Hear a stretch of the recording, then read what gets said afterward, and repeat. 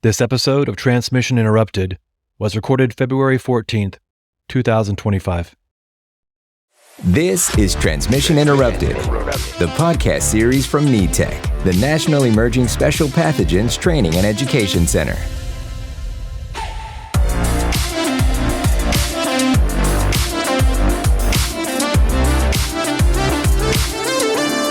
Welcome to Transmission Interrupted from NETEC. Hello, and welcome to Transmission Interrupted. My name is Jill Morgan. I'm a nurse here at Emory University Hospital, and I am joined today by Brooke Henriksen from Sacred Heart in Spokane, Washington. Thanks for coming, Brooke. Thanks for having me, Jill. And I'm from Region 10. I'm also a nurse by background, and I'm the training and education coordinator for our program out here in Spokane. Excellent. So for those of you not yet familiar with NETEC, our mission is to set the gold standard for special pathogen preparedness and response across health systems in the U.S. with the goal of driving best practices, closing knowledge gaps, and developing innovative resources. NETEC works alongside and in cooperation with the CDC and is funded by ASPR, the Administration for Strategic Preparedness and Response.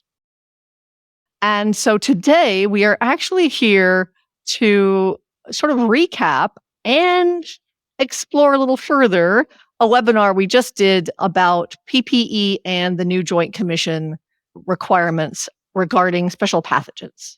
So, yeah, we had a lot of great questions that we just couldn't quite get through all of them. There was a lot to discuss and unpack. So this will be a great podcast. Absolutely. So let's just start with what we're talking about. So this new Joint Commission requirement. So as of June last year, there is a new requirement. It's a standard IC, so it's in the infection prevention and control domain, 07.01.01. And basically what this says is that the hospital should get ready. They should implement processes to support preparedness. In other words, get ready for high consequence infectious disease or pathogens. So that involves a lot of, you can imagine, if you're familiar with Joint Commission standard, that one broad statement includes a lot of smaller steps along the way. One of them is this idea of identify, isolate, inform. That's sort of this phrase we use for meaning that we need to be on the lookout. We need to be screening people. We need to know how to isolate them once we find them. And then we need to know who to talk to as the next step, like our own charge nurse or our infection preventionist, eventually public health. So that's one piece of what's required in here. So is infection prevention and control, waste handling, and of course, Brooke and I's favorite topic, PPE. So that's what we're here today to talk about, is just really the PPE requirement of this. So Brooke, I think one of the big questions that people have is like, okay, so who does this actually apply to? Is this just an ER? Is this a primary care office? I mean, who does this umbrella cover and who doesn't it cover? Right. Well, and I think first and foremost, it's facilities that are Joint Commission accredited, right? So not every hospital has the Joint Commission as their accrediting body, which is fine. I think one thing that I have heard that we may see trickle down is sometimes Joint Commission may set some standards that some of the other accrediting bodies may adopt later. So it may not be a part of your accrediting standards at this point, but it could be in the future. So I know we've had some questions as far as like long-term care and like psychiatric facilities, hospitals, and those don't necessarily fall under Joint Commission purview. But I do think that these standards could be pushed out to any facility that has an entry point that a patient is going to seek care. And I don't think it should matter whether you're Joint Commission or not. I think these are just really good standards to just kind of have to create an overall preparedness for all facilities in the country, regardless of your accrediting body. Yeah, I agree. So absolutely, you're right that there are some places that are called out that obviously it doesn't, strictly speaking, apply to, but we think these are great principles no matter what.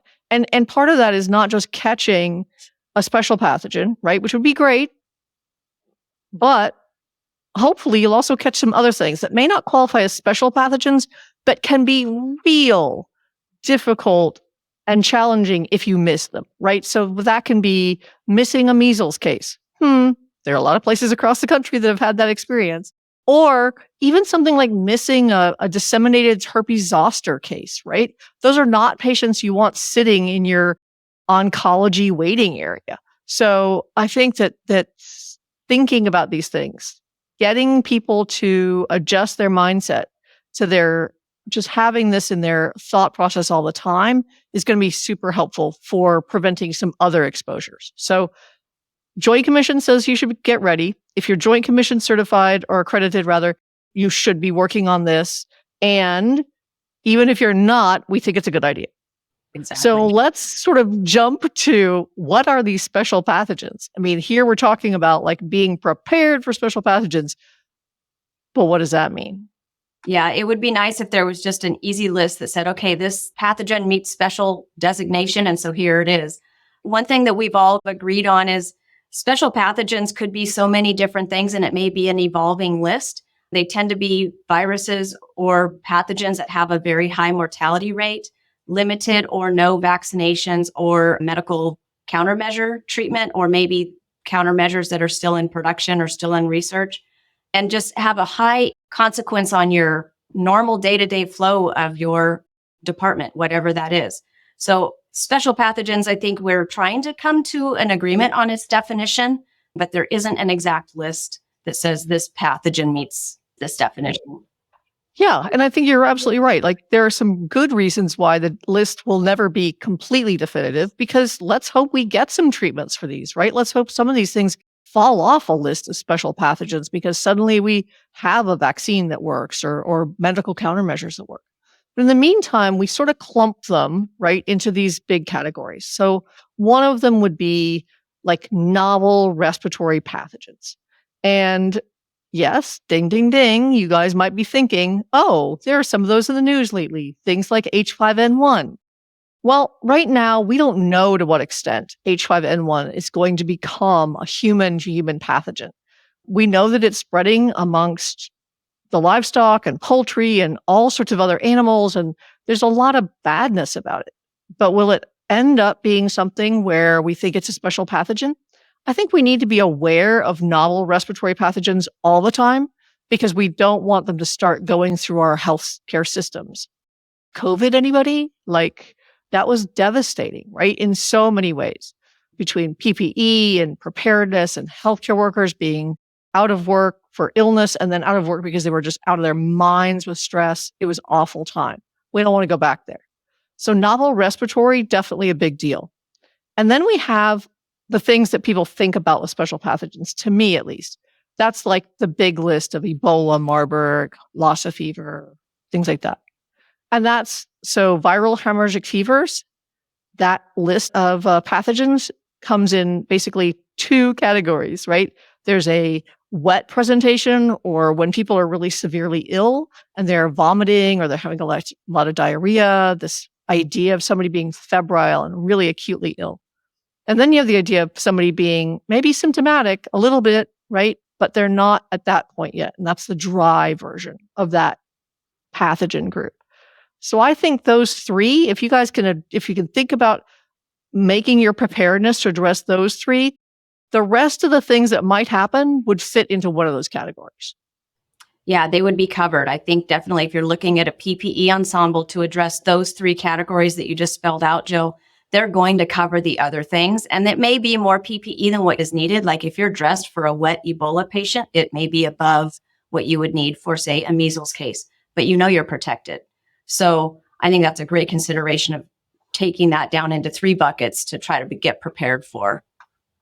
Yeah. And even three, you might decide at your facility, well, could I even make it down to two? And you probably could. We'll talk more about that later. And of course, we recommend watching our own webinars where you can see actually the display of the PPE ensembles that most of the regional emerging special pathogens treatment centers have chosen for their own facilities. So that's kind of a nice reference to have. And we actually even have a lot of those protocols from these facilities uploaded onto the website so that you can not only see what the ensemble looks like, but you can actually see what they're doing in their donning and doffing steps. So I think that's very helpful. But let's get to the meat of today's podcast, which is really about some of the questions that came in during this webinar and some of the things we didn't get maybe a chance to fully answer when we were on this webinar last week. So one of them, Brooke, is just how enormous it feels to think about choosing an ensemble and then training to it. Yeah, and I think the one thing that the Joint Commission has done that I think is a really good thing is when they're talking about competency and training, they are vague and they are giving facilities the flexibility to use their policies and protocols that are already in place that meet a standard for competency. So you don't have to have a new definition for competency. Use the ones that you already have, and you can build on that to create your competency for these different particular standards. I think it's really interesting to take a look at all the different aspects and all the different perspectives that the different facilities have taken in regards to the regional treatment centers. And you'll see that there may be some themes, but there's also a lot of variation. And so much of choosing like your PPE ensemble, for instance, is going to come down to what do you have available? I may love what Jill has for her PPE ensemble, but my supply chain can't get it.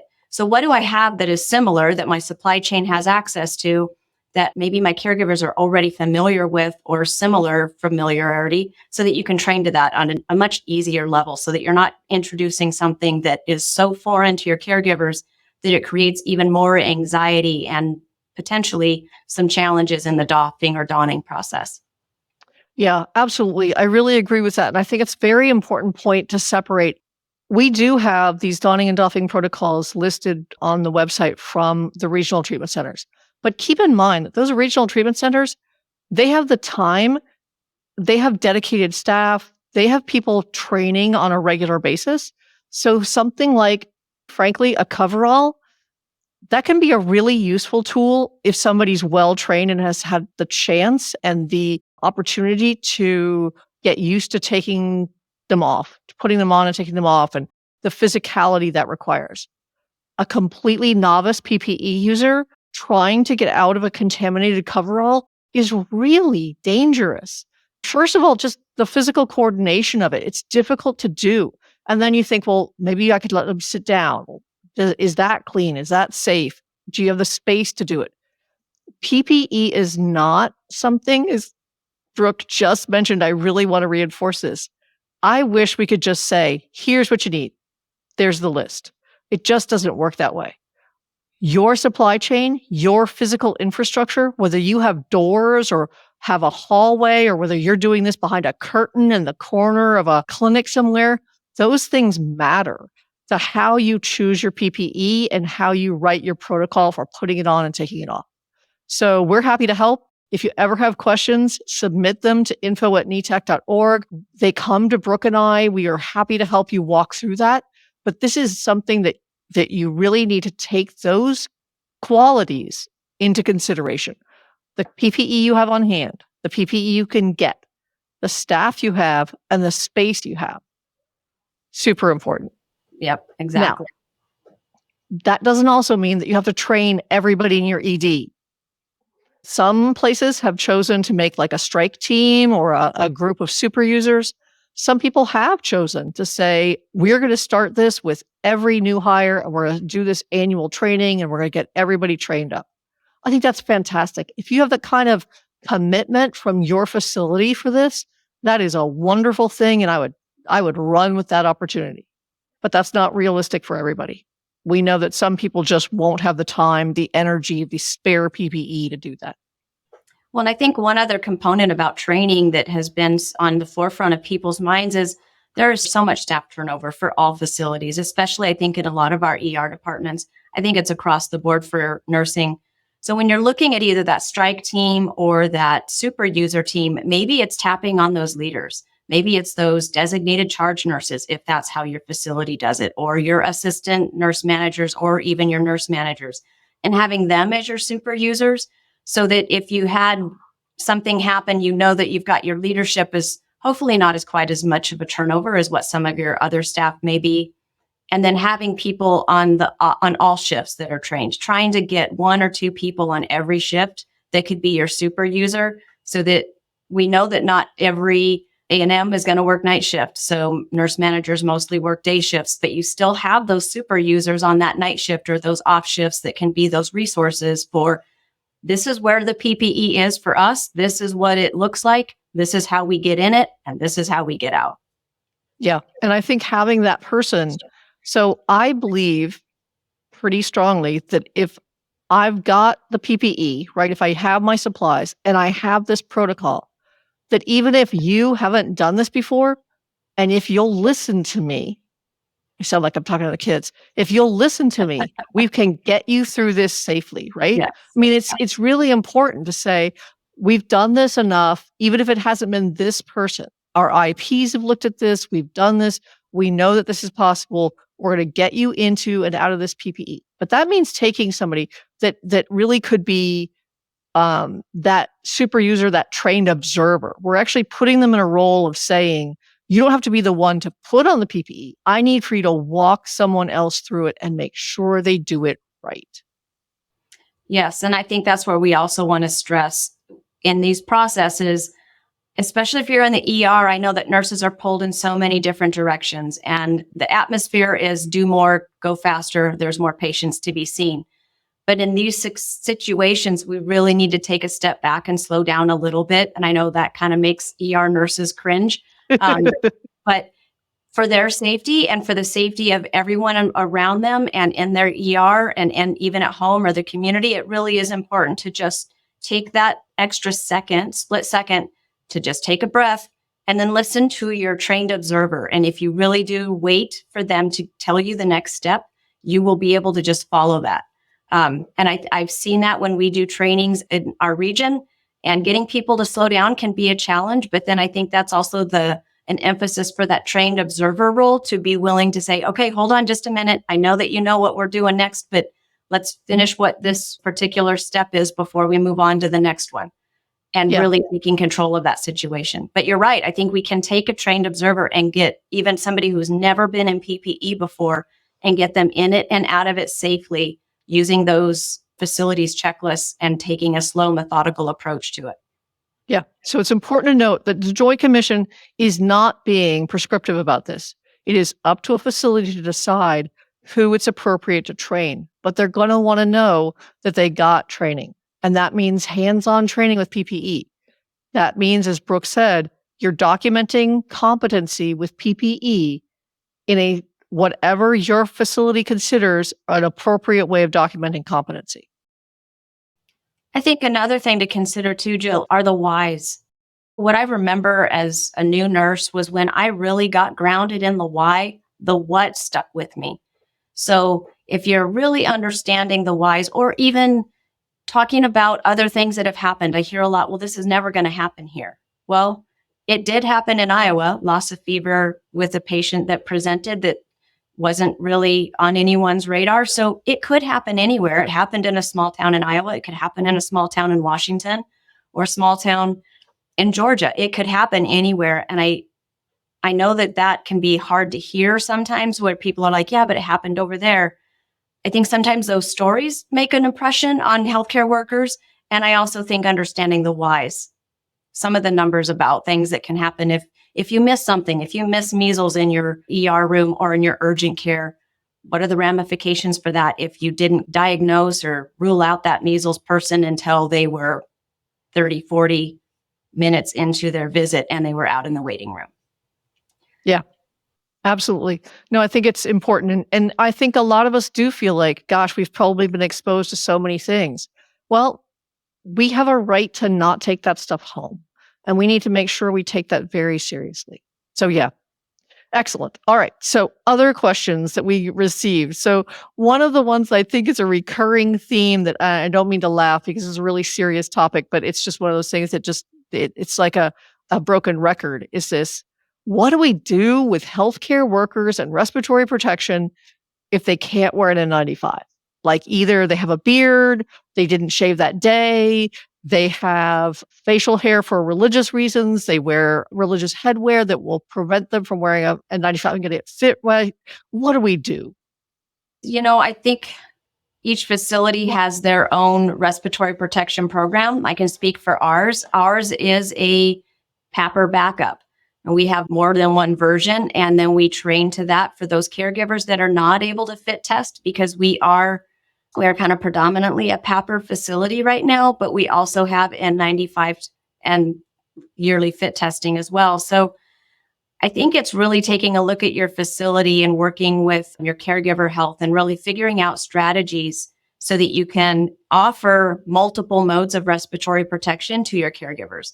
I know a lot of facilities, for one reason or another, maybe they are going PAPR centric because fit testing may be challenging for compliance, or maybe they're doing the opposite. Maybe they're going N95 centric because PAPRs are, maybe they're cost prohibitive.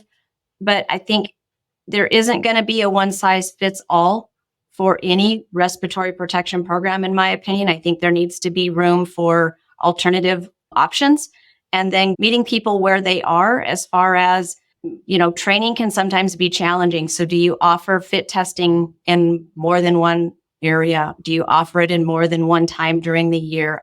There's just a lot of challenges that we see with certain aspects of respiratory protection. So I think just trying to be available to pivot and look at other alternatives and have multiple options available to staff.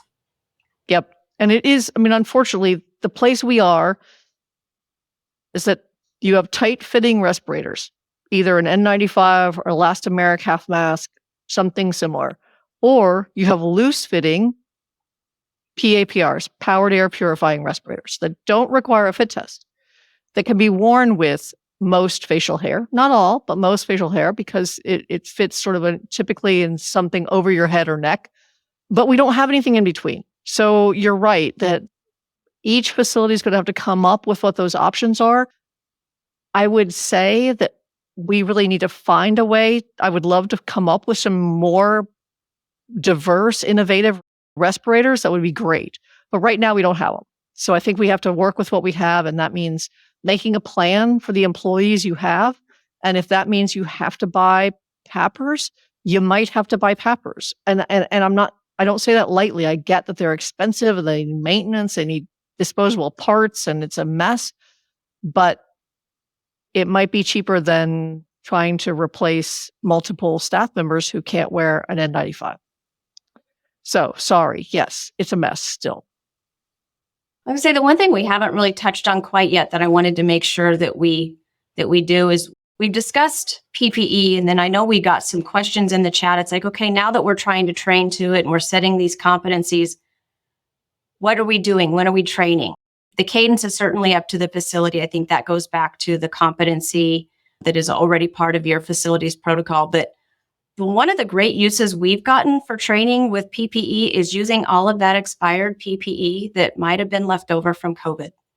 And it may be N95 face masks, it could be gowns, it could be gloves. We personally have a lot of all of that, and we use that for training so that it's not just getting thrown away. Now, that may have already happened, but trying to maybe keep that as an option for when you're setting out these competency sessions and you're trying to get people in and out of PPE, maybe lessen the financial burden by using what you already have that is expired at your facility, as long as it's appropriate, right? I'm not going to use a PPE expired gown that is absolutely not anything close to what you would want to use in the real situation.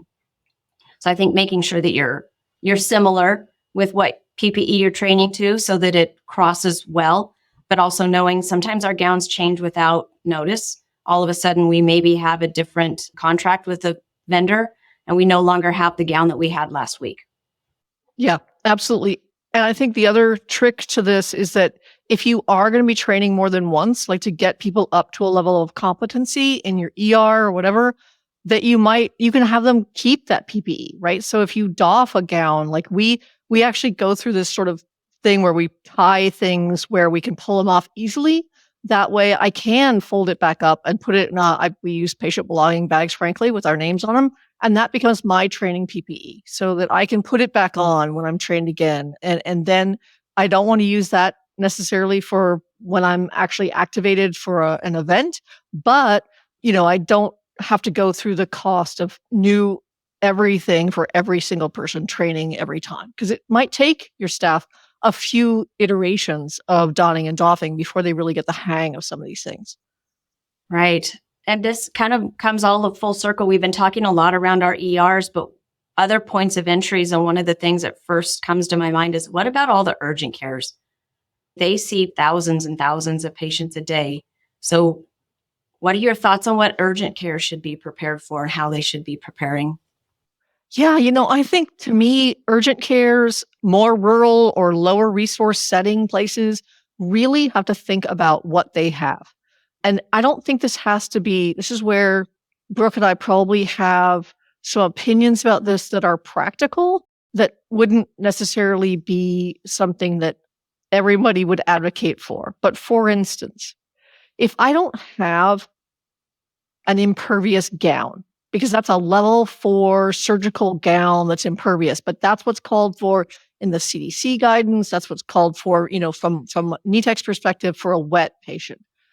But what I do have is a less protective gown. Maybe it's a level 2 isolation gown. And to that, I can add the plastic sleeved apron things that our housekeepers wear when they're taking out barrels of trash to the dumpster, or the plastic apron type coat that folks wear in dietary when they're washing dishes.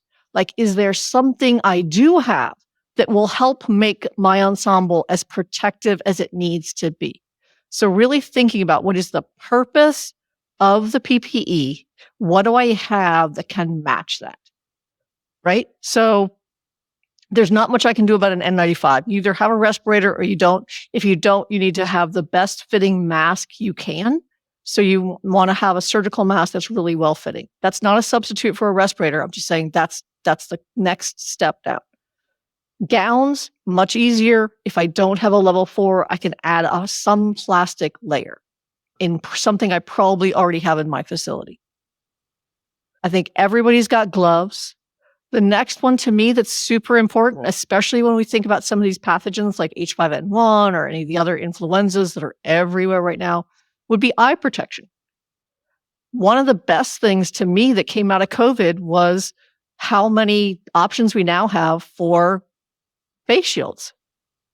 As long as they come around far enough on the sides, come down far enough in front of your face, towards your chin, and really give you that coverage for the splashes and sprays to your eyes. Now, maybe you only have safety goggles. Well, goggles can be difficult to wear, but if that's what your staff are used to wearing, if you've got those, fine. Safety goggles can be used. We just want to make sure that on some of these things that you have enough coverage to protect the rest of your face. The one thing I did want to say about gloves, I have seen some frontline facilities where they're like, but we don't have extended cuff gloves just at the bedside. And probably most people don't. The one thing I have said, CDC calls out that your outer pair of gloves, because we do double glove in these situations, that the outer pair should be extended cuff. And what I try to remind people is you probably have sterile gloves, and those are extended cuff by nature. So you may not just have a box of them. So trying to think outside of, if it's got to be a certain way, think about what you do already have. And everybody should have access to sterile gloves. I think even urgent cares would potentially need to have a sterile procedure, even if it's a minor one. Yep, absolutely. I think it's a great point that yes, you probably do have something that you can use for these things. And honestly, again, the things we're using for special pathogens are not that different than what we're using for garden variety other things. If you have somebody coming in with norovirus, if you have somebody coming in with C. diff, if you have somebody coming in with measles or zoster or some of these other things, tuberculosis, you're going to want some of these other pieces of PPE. So how are you preparing for that? And along those lines, sometimes we get asked questions about donning and doffing spaces and how I can do all this safely. Step back and remember some basics. You're probably already cleaning these places between patients, for instance. You're wiping down a stretcher. Well, if you've got to use the same space for both donning and doffing, well, then you just want to make sure that you clean it after that doffing so the next person can don safely. Even here at Emory in our biocontainment unit, I have one shared anteroom. That means that people go through it, and the people who are in charge of that anteroom are spending an awful lot of time resetting that space to make sure it's clean. So go back to some fundamentals about things you probably already have as either processes or products that can make this work. Yeah, and I think that's a great point with mentioning your anteroom. I think when you're looking at doffing spaces, also you can add, if you are doffing in your hallways, maybe you don't have an anteroom. If you're doffing in your hallway because that's how your facility is set up, you could consider putting down a Chuck's pad and tape that to the floor. So then your caregiver has a visual of, I'm not leaving this pad. And this section closest to the door is going to be considered my dirty area. And when I step over the piece of tape and I'm farthest from the door, that section's going to be my clean area. I think those visuals I've seen work very well for caregivers to keep them kind of just knowing where they need to place their bodies and where they can put their feet when they're taking certain PPE ensemble pieces off. But then also knowing that that pad, whatever pad you use for doffing, is a one-time use only. So that needs to then get folded up very carefully, thrown in the garbage, and everything reset. Just like if it were an anteroom, like what you mentioned, Jill, it still needs to get reset and wiped down and cleaned up for the next person to be able to don in that space, or if there's a second person coming out. Yep, absolutely. And I think that's great. It visually tells people what they're supposed to do there. And I think those sorts of clues also help focus a mind that in these situations can be really stressed. I mean, these are not occasions that any of us take lightly, right? I mean, if you've got a patient and you think they might really have one of these pathogens, you're a little hyped up. Things that make it easier and that take away that cognitive burden are very, very helpful. So it's easy enough to put a pad on the floor that somebody could step onto and let them exhale. Yeah, great point. Great point. Speaking of doffing, I want to talk a little bit. We got some questions about in the CDC guidance and also in everything NETEC does, we talk about using alcohol-based hand sanitizer or like wipes on our gloves. There is some good evidence for the efficacy of this. First of all, anytime you see visible contamination on your gloves, it's a good time to remove the contamination if you need to with a wipe and then change those outer gloves. We wouldn't hand sanitize over stuff that's visibly soiled, right? That's just gross. But you do want to do what you need to so that you don't spread that contamination around. So cleaning them with like a wipe, with a one wipe, swipe and throw away, very helpful. And there's good evidence that doing that hand hygiene repeatedly as we are going through our doffing can actually help prevent us from transferring contamination around our PPE. And the goal of all of this, of course, we wear the PPE to protect what's underneath it. That means we're wearing it to protect our skin and our mucous membranes. So then as we take it off, we need to make sure that we're not transferring any of that contamination onto our skin or into our eyes, nose, or mouth. We try to maintain our respiratory protection until as much of our PPE is off as possible. Many of us remove things in the patient care room, depending on how much space you have there, right? If you can't get more than a couple of feet from the patient, it might not be safe to doff anything there. But if you can get some distance between you and the patient, then we use the dirtiest first sort of idea. Take off the dirtiest piece of PPE you have first, discard that, do some hand sanitizing, take the next step. So a lot of our PPE doffing protocols actually move you through space from a hot zone or the most contaminated space to a warm zone until finally you're in, hopefully, nothing but your own skin and clothing in a cold zone. I do want to emphasize the trained observer. I know we've mentioned it earlier, but I want to emphasize the importance of having a trained observer, just because you need somebody to have eyes on that caregiver so that they can be their safety person. They're not just the person helping them in and out of PPE, but they can also be there to help maybe hand things into the room, but they can keep an eye on them, or at least they're in close proximity. So if that caregiver has questions or needs something, that they've got somebody that they can reach out to. Yeah, I think it's very difficult and probably something that people don't necessarily think about, but it's hard to not contaminate yourself in a room like this. You touch things that the patient just touched. You touch the patient and then touch other things. And then suddenly you're just moving these contaminations around a care space. So we have to interrupt what is our normal workflow. And that's hard, right? I mean, I've put in, I don't know, tens of thousands of IVs in my lifetime. And I've got it down to where I kind of know what the next step is. But in this situation, I want to think, oh, I just had my hands on this patient, or I just had my hands on the blood of this patient. I don't want to then move to my bedside table. I want to make sure that I've done something else, that I've interrupted that flow, and that I've hand sanitized or changed my gloves. So having that trained observer that can really prompt the person in the room and remind them of episodes when they should be hand sanitizing or doing a glove change, or maybe the patient reached out and touched something you weren't aware of. Those are super important for staff safety. Excellent point. That brings up something that you just made me think of when you said maybe somebody reached out and touched your PPE. What about kiddos? Because they really are, right? I mean, they, especially a toddler, they can be either scared of your PPE or maybe very, very interested in your PPE. So I know some of the things that we've thought about, like if it's an infant and you're needing to hold an infant, maybe the infant is in a blanket, but maybe you have a protection pad on you so that you're not holding the infant directly up against your PPE. But toddlers, when they're reaching for you, trying to be so aware of that toddler and making sure that you're mindful of your space and their space. But do you have any other thoughts on how to keep hands out of your area so that you can maintain your clean space?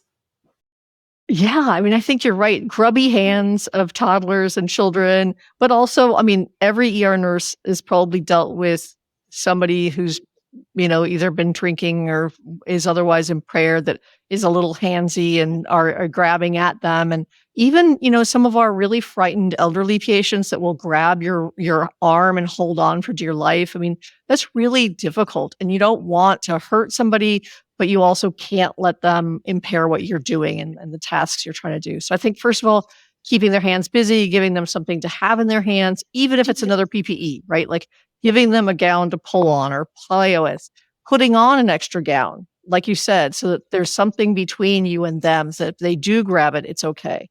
If you have to hold a child or a sweaty anybody, putting an extra piece of protection between you, even if it's just a Chuck's pad or an underpad, to take care of that. And then, like, all your distraction techniques, right? Is there something else they can play with? Yes, we know if it goes into this room, it's probably going to be thrown away. But if you've got the opportunity to say, hey, let's put a mask on this bear, let's put gloves on this. Wouldn't it be silly if we put gloves on this doll? Do it, because you have to, like, protecting your PPE is a very important part of maintaining your own safety and that of everybody else who's going to be in your facility and dealing with the situation. So absolutely, this is great. I would love to hear more from our pediatric partners and also the folks that deal with this on the regular, like our child life experts, who are really good at suggesting age-appropriate distraction and activities. And so think about that. Think about what your patient's population is and what you might do in that situation. And I just want to say here, this is not far-fetched. Probably, I think the last estimate I saw said that over 10% of patients who have viral hemorrhagic fevers have some component of delirium. And you ED nurses know that if you have somebody with fever, they frequently will have some altered mental status. So fever, viremia, altered mental status, these things really frequently go together. And so thinking about this ahead of time is really worth making sure you're staying safe. All right. Well, gosh, Brooke, that covered like a lot of the questions that we got in addition to the ones we covered during our webinar. The webinar that we're talking about will be linked at the end of this podcast. And actually, the webinar we're referring to is actually the second in a series of webinars about PPE and the Joint Commission requirements. We're going to be doing some other work in this same space. So one of them will be, as you heard us at the beginning, talking about the waste requirements. So we've done some webinars about waste. We're going to do some more. You've heard about the IPC implications of this, and there's been a webinar about that as well. So there's a lot to unpack here. We could go on, and I know Brooke and I could talk about PPE probably all day. But we really appreciate your attention. And I think that, Brooke, I'm going to give you a chance to think about any last minute comments, anything to wrap up, put a bow on this. I'll give you a couple minutes to think about that. Yeah, I think trying to Find a PPE ensemble that your staff is going to be familiar with, that is not going to be so foreign that it creates its own hazard. So you can consider, instead of having those 3 buckets that Jill and I spoke about, you could maybe consider combining them into 1 PPE ensemble instead of 3. So that's a consideration. I think being familiar with what you have access to so that you are training to at least similar PPE throughout the year, or maybe you're only training once, but making sure that you're able to keep up with your supply chain so that you're not introducing something completely foreign. I'm going to pound home again that trained observer and having a checklist that is specific to your facility, because your facility's infrastructure is going to dictate how you and where you put your PPE on, as well as how you and where you take it off. So we have a lot of resources that are available on NETEC.org, but they are also very specific to our infrastructure. So knowing that there's edits and there's more than one way to do this, there's a lot of different ways to tackle this, and just maybe, what do we say? Share selfishly and steal shamelessly, and just That's right. be willing to pivot and figure out what's going to work for your team and your facility.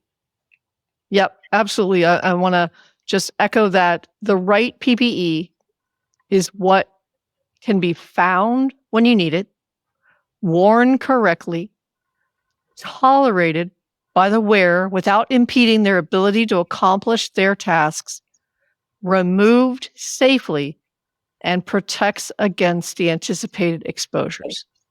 That's a lot.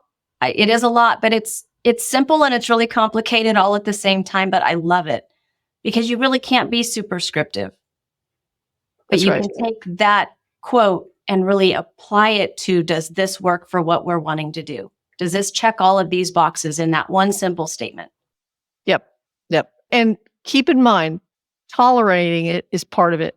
You can't put people in an ensemble that they just are immediately too hot and have to remove. That doesn't help anybody. Well, all right. As I said, we could go on like this for all day, but thank you, Brooke, for joining me today.